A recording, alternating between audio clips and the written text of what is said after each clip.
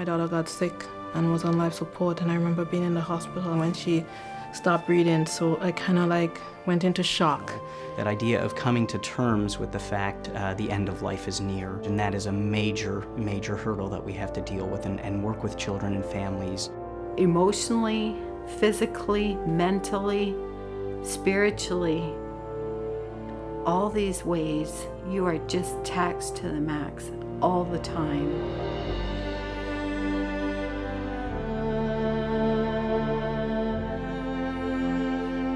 At first glance, things might appear normal and carefree for the Soje family, but they aren't.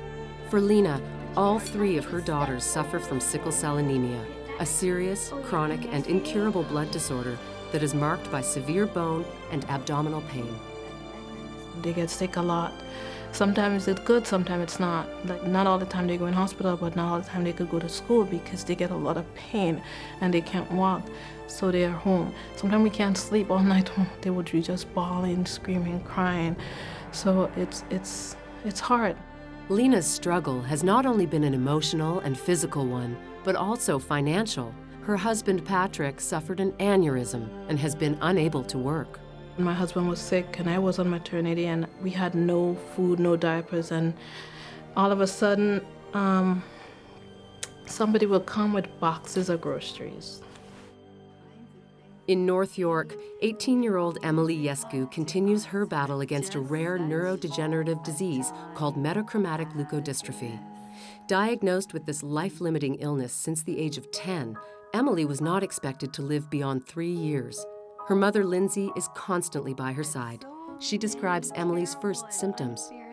Emily, who was always very upbeat and laughing and very engaged in life and high energy, would all of a sudden just in the middle of conversation or in the middle of doing some activity, she would just check out.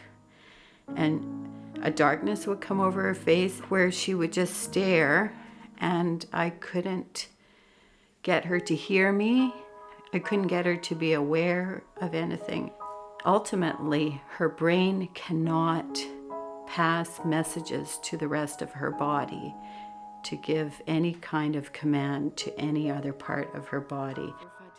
Constantly in and out of the emergency rooms of hospitals, Emily has suffered several near-death situations arising from her inability to swallow, infections in her feeding tube, and bouts of pneumonia. We had a very critical moment that occurred in the middle of the summer of 2008, where the doctors really felt that she could not tolerate feeds anymore. She was very ill and that she would not recover. And they actually sent us home from hospital and told me that I needed to plan a funeral and buy a plot and try and do all these things in advance, because when the time came to let her go, it would save us from being in crisis and having to deal with them.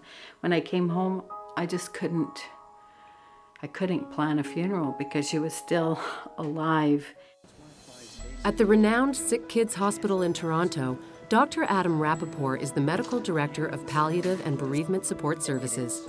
He works with many families with challenges similar to the Yescus, children whose illness can no longer be cured.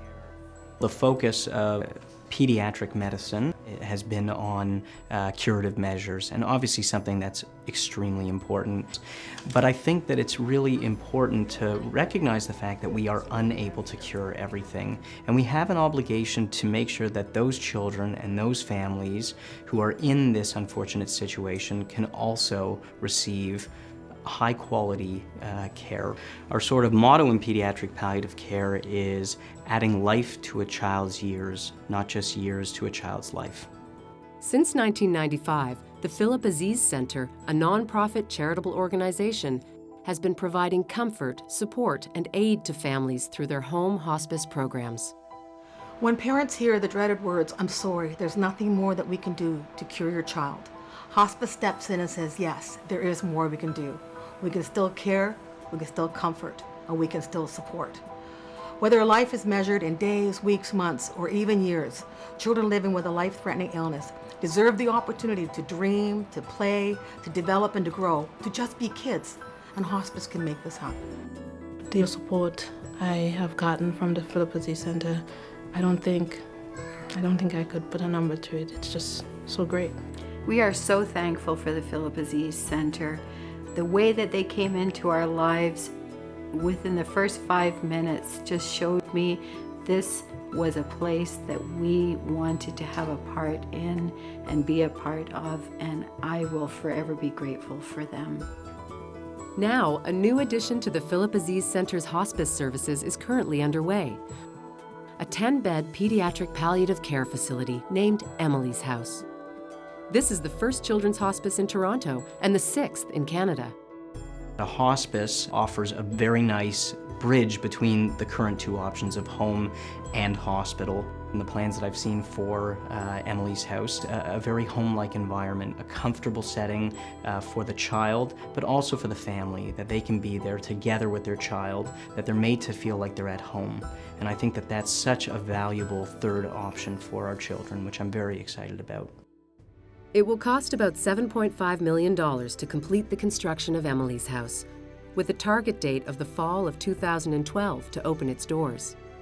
I think Emily's House is an absolute worthwhile cause because we were so surprised to hear that Toronto did not have a hospice care option for children with life-limiting illnesses. The decision to pitch in and help was an easy one for us. When Carol and I talked about this, we said we can really make a difference in an organization of this size. So not only did the opportunity touch our heart, but it also affected us by saying we can make such a difference for these kids. I think it's just as important to make sure that we are also focusing on the needs of children and families who are unable to be cured.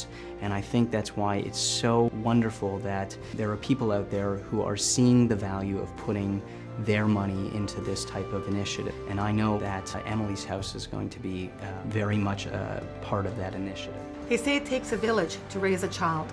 I say it takes a village to care for a child and family impacted by a life-limiting illness. Together we can provide that village. Together we can ease the burden, because together we care. Help us provide palliative and respite care for children and their families. Please support Emily's House.